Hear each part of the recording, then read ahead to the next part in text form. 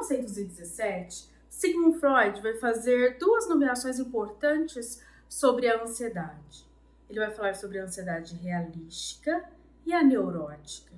Nós podemos encontrar esse texto na tradução da Companhia das Letras, o volume é o 13, que é sobre conferências introdutórias à psicanálise, e nós podemos encontrar essa definição na terceira parte, onde fala sobre a teoria geral das neuroses, que é o texto de 1917.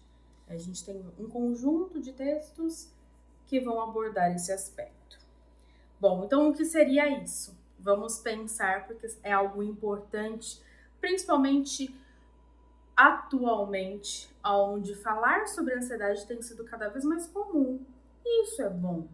É claro que na grande maioria, em alguns momentos, a gente tem um excedente além de coisas que talvez não seriam, de fato, ansiedade.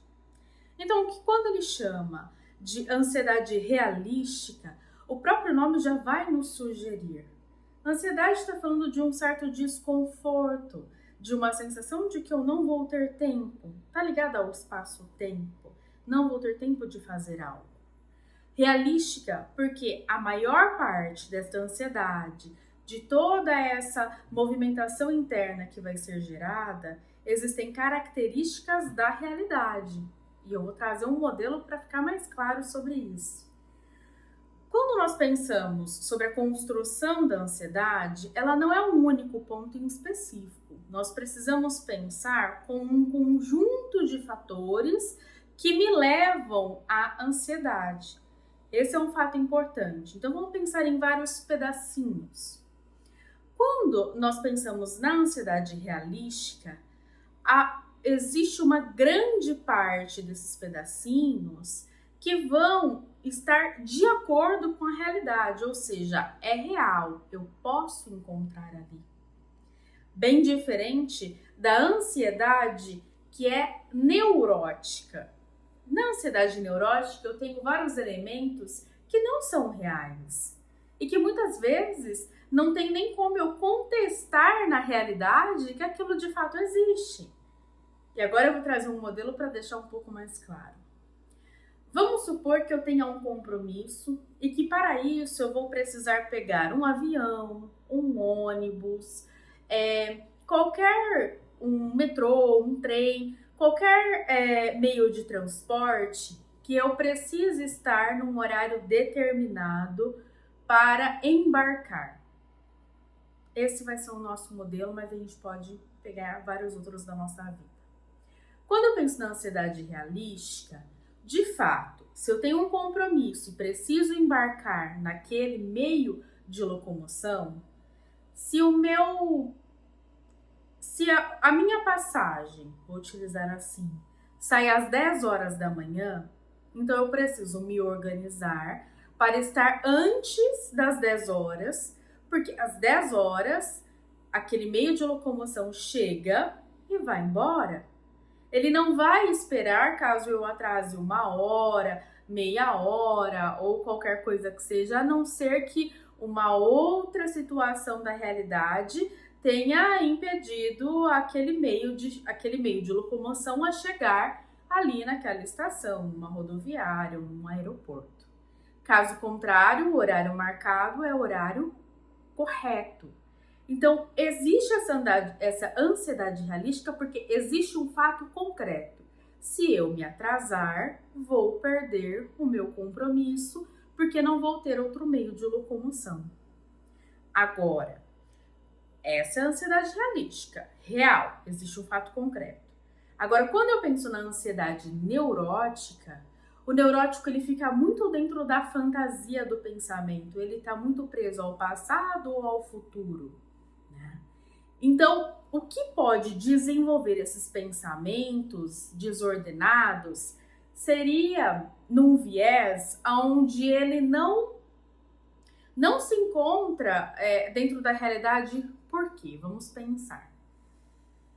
Alguns dos pensamentos que podem surgir nesse contexto seria: eu nunca dou conta de fazer nada certo. É por isso que vou perder o meu meio de locomoção, o meu compromisso. O que eu vou dizer para as pessoas caso eu perca e não consiga chegar? Eu vou me atrasar. Eu sou um fracasso. Eu não dou conta de nada. Tá vendo? Era simples. Todas as pessoas vão se organizar e eu não me organizo. Ou seja, na grande maioria, eu vou destilar muitas coisas de autocobrança para o eu, mas também pode ser para o outro, porque no neurótico não significa só sobre mim, né? Eu também posso ali deslocar para o outro alguns pensamentos. A minha família nunca me ajuda, meu companheiro ou minha companheira sempre faz isso, sempre atrapalha os meus compromissos, eu nunca chego no horário por conta de fulano ou ciclano. Ou seja, eu começo também a deslocar pensamentos para tentar responsabilizar alguém por algo que eu acredito que eu não vou dar conta, que eu não vou conseguir. Então, nós também fazemos deslocamento. Agora, nós vamos dizer que um sujeito vai viver uma ansiedade realística e depois uma ansiedade neurótica? Na grande maioria, não. Na verdade, elas acontecem juntas. O que nós precisamos é reconhecer, porque quando nós passamos a pensar na ansiedade realística, nós entendemos que existe um fator que vai gerar essa ansiedade naturalmente. Agora, quando ela se atrela à ansiedade neurótica, o desconforto tende a aumentar. E muitas vezes até acumular com que eu realmente não consiga, porque eu fico numa névoa tão negativa de que aquilo não dará certo, que a característica é que eu vou para além mesmo, para aquilo que eu estou pensando consecutivamente, não vai dar tempo. E pode ser que eu realmente perca, né? E pode ser que realmente eu não consiga, então, estar no compromisso que é tão importante para mim. Quando nós pensamos na questão do neurótico, quando nós vamos pensar sobre o eu ali, eu estou sempre na fantasia do passado. Eu nunca dei conta de fazer nada. Percebe essa parte? Nunca. Nunca é muita coisa, né? Então, eu estou falando de algo muito excessivo. Da mesma forma que pensar ali em questões do futuro. Eu nunca vou conseguir nada, nenhum compromisso, estar ali. Então, eu estou buscando memórias do passado, onde eu caracterizo e digo que falhei, e estou projetando para um futuro, tá vendo? Eu sou literalmente um fracasso e não vou conseguir. E aí eu fico rodeando esse pensamento. Quando nós levamos isso para análise, as duas formas de pensar, o analista conseguir ver os dois pontos da neurose, o analista conseguir ver os dois pontos sobre a ansiedade realística e a ansiedade neurótica, facilita a escuta, facilita as interpretações ali com o paciente. Não significa que eu vou precisar pegar aquela ansiedade que o paciente me apresenta e encaixar em cada modelo, mas vai ficar natural. Se eu tenho ali, então, uma ação que possa provocar dor no outro, então aquilo provavelmente tem uma dor realística presente. Existe uma realidade que vai me gerar um desconforto. Agora, a parte neurótica que fantasia e traz isso para além, às vezes para paralisação, é algo que nós vamos precisar ir transformando. Até porque a realidade nós não controlamos.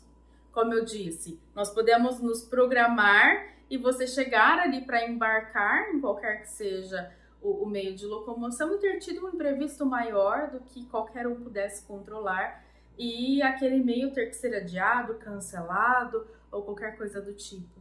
Então, muitas vezes o sujeito vai pegar mesmo esses episódios e ainda continuar se atacando e gerando angústias e tudo mais. Vale a pena a leitura do texto? Nos vemos no próximo vídeo.